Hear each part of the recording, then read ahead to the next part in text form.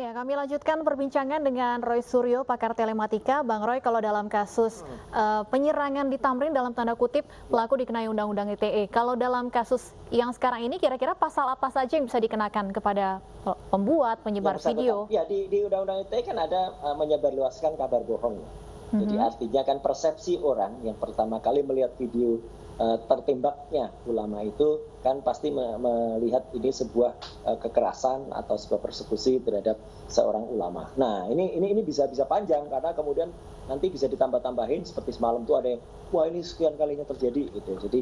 Jadi ini bisa kemudian menimbulkan gesekan di masyarakat atau setidaknya menimbulkan kegaduhan atau menimbulkan persepsi buruk di masyarakat kepada semua pihak termasuk kepada aparat keamanan gitu kan.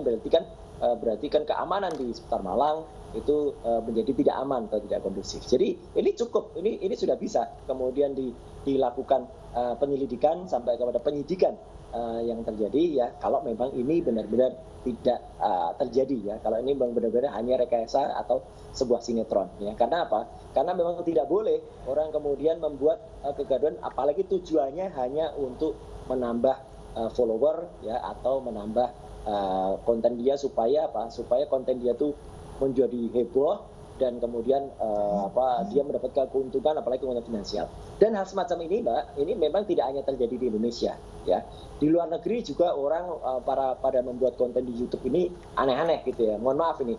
Ada yang kemudian menginjak-injak orang tuanya ada ya, ada yang kemudian melakukan kejahatan yang agak sadis terhadap binatang juga ada. Ya, meskipun konsekuensinya macam-macam.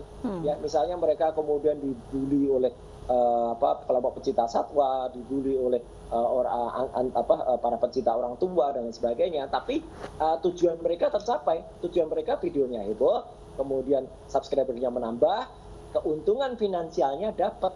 Kan itulah hukum di YouTube, ya kan gitu. Begitu YouTube tuh kalau followernya sudah ribuan, puluhan ribu, bahkan jutaan.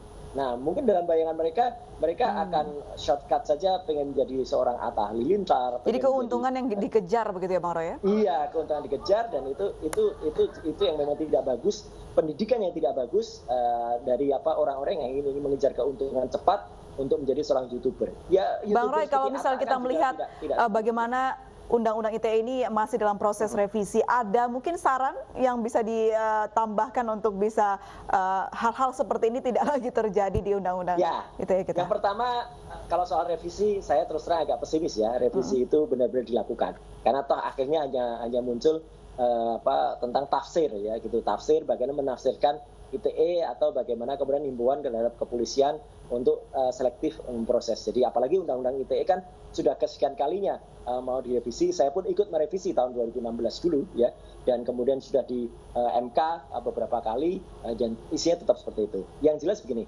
himbauan saya adalah seseorang itu tidak bisa instan. Seseorang itu sebaiknya adalah melalui sebuah tahapan atau proses. Atta Halilintar sekalipun kan juga tidak instan.